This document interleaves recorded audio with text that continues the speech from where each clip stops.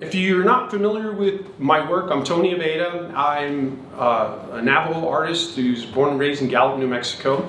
I have been living and working in Santa Fe for the past 25 years, and I live in California as well. And up until all this COVID nonsense, I have been traveling a lot and experiencing just the spectrum of really beautiful, amazing things out there in the world.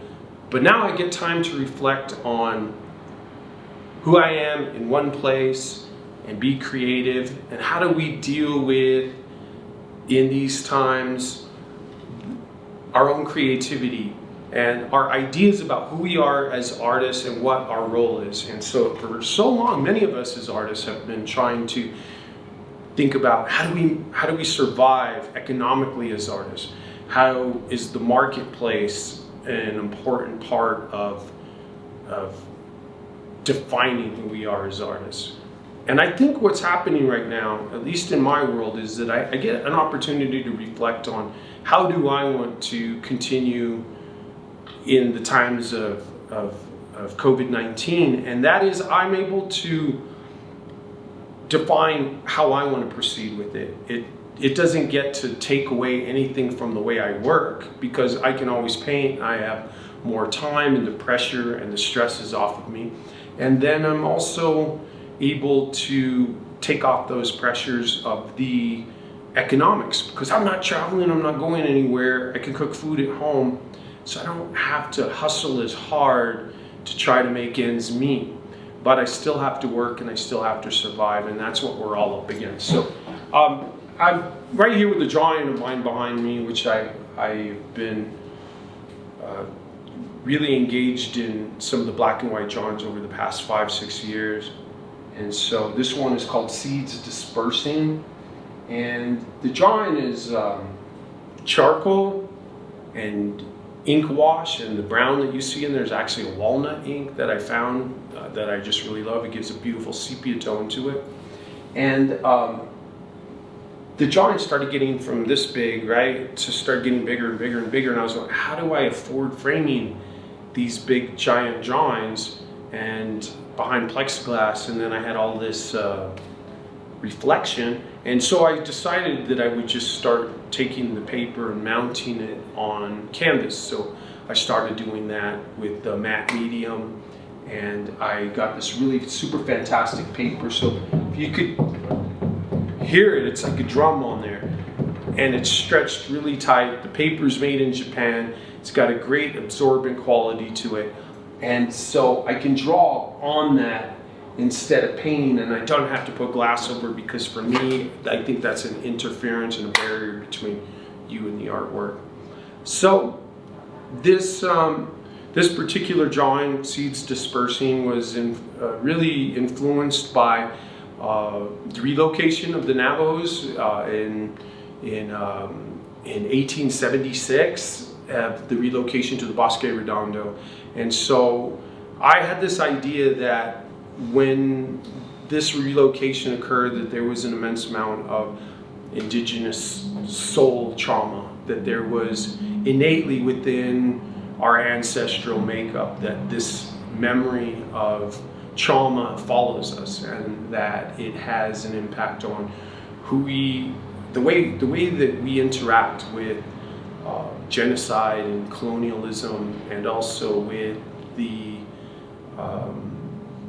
way we define ourselves as an indigenous people, that we bring with us all of this very confused sense of we don't know why we drink, or we don't know why there's a high rate of suicide, and that there is an immense amount of just anxiety and anger that comes with that.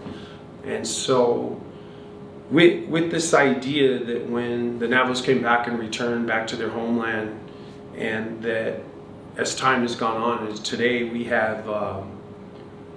we've relocated ourselves. So if you go to Phoenix, and if you go to Denver, you go to Albuquerque, you're going to run into Navajos everywhere, right? You're going to see them in North Dakota. They're intermarried with people there. In Canada, they're there. And so you go to New York, you'll run into Navajos. We're like everywhere. So with that, with this sort of voluntary relocation of moving to different parts of the world, that we are like seeds that have been dispersed, but within those seeds are the same makeup, the same DNA that has a memory of the place that they were birthed from.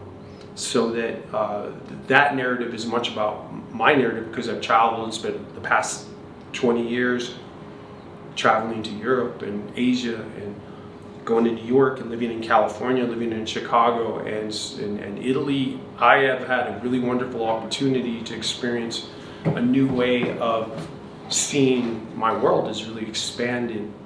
And then I have to bring it back to like, who am I as an indigenous Navajo contemporary painter? And that is, you know, where I can connect with all of the information. So with the drawings, they go back to trying to decipher metaphorically, symbolically, all of these ideas of who we are as Native people.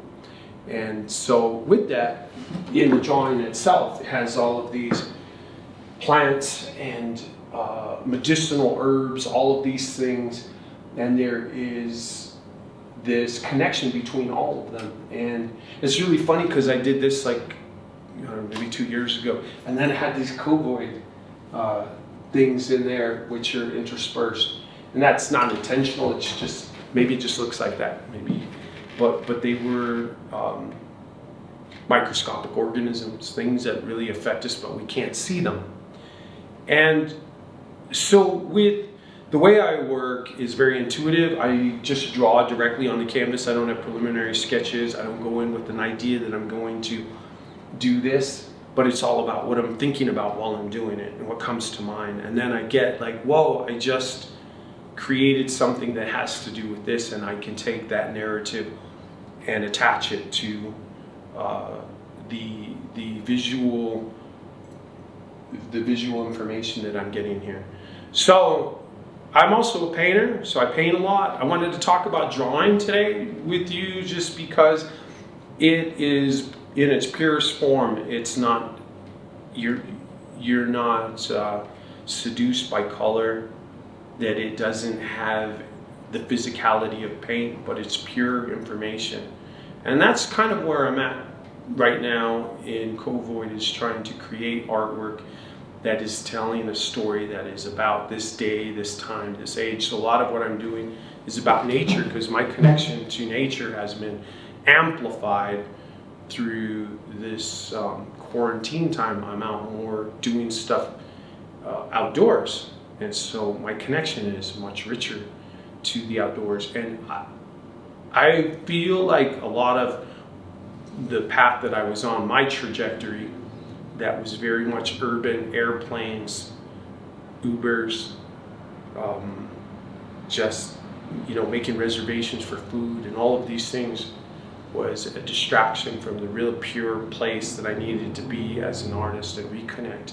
So I try to look at the bright side of everything, have positivity, be productive, think about where I'm going with my artwork, and also watch as a spectator to see what's happening, because we're in extremely rare times. We're in this time period where we don't know what's going to happen. We have no control.